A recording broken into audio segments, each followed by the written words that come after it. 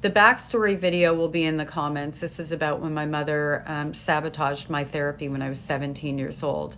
After I'd been living on the streets as a 13-year-old, abused by her, my grandfather, other individuals, my entire life. Like, I was just a ball of trauma, and completely without power, a voice, or an accurate sense of self. So I'm 17, I'm sitting on a couch next to her in the therapist's office for the very first time, where she's been forced to take me because my aunt has made it so. There was a whole thing going on there.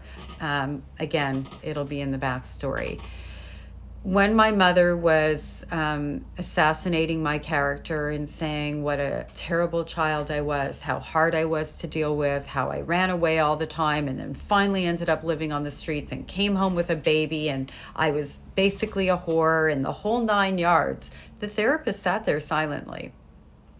And at some point, as my mother began to run out of steam, the therapist said, I really need to talk to Marnie by herself. I think we need to be having conversations.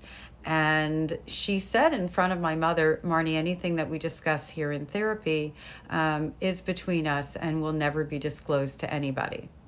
My mother leaves the room and the therapist began talking to me, but at this point in time, she wasn't going to get anywhere because I didn't trust any adult, let alone the one who just got a complete, version of who I was. And I believed myself to be everything my mother said I was. The therapist doing it that way, I don't see her being able to do anything any differently.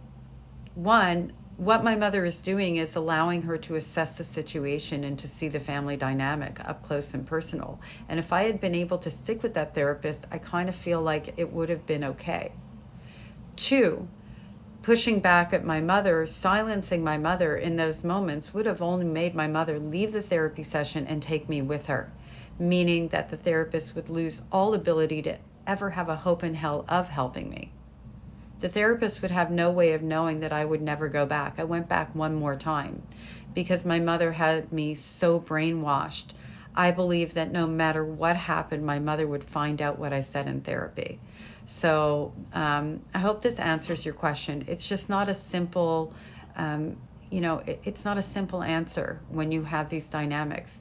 Therapists have to find a way to keep people engaged to be able to help the child. And they cannot do that by alienating the abuser, unfortunately. And to find out that there's abuse, they have to get to the child.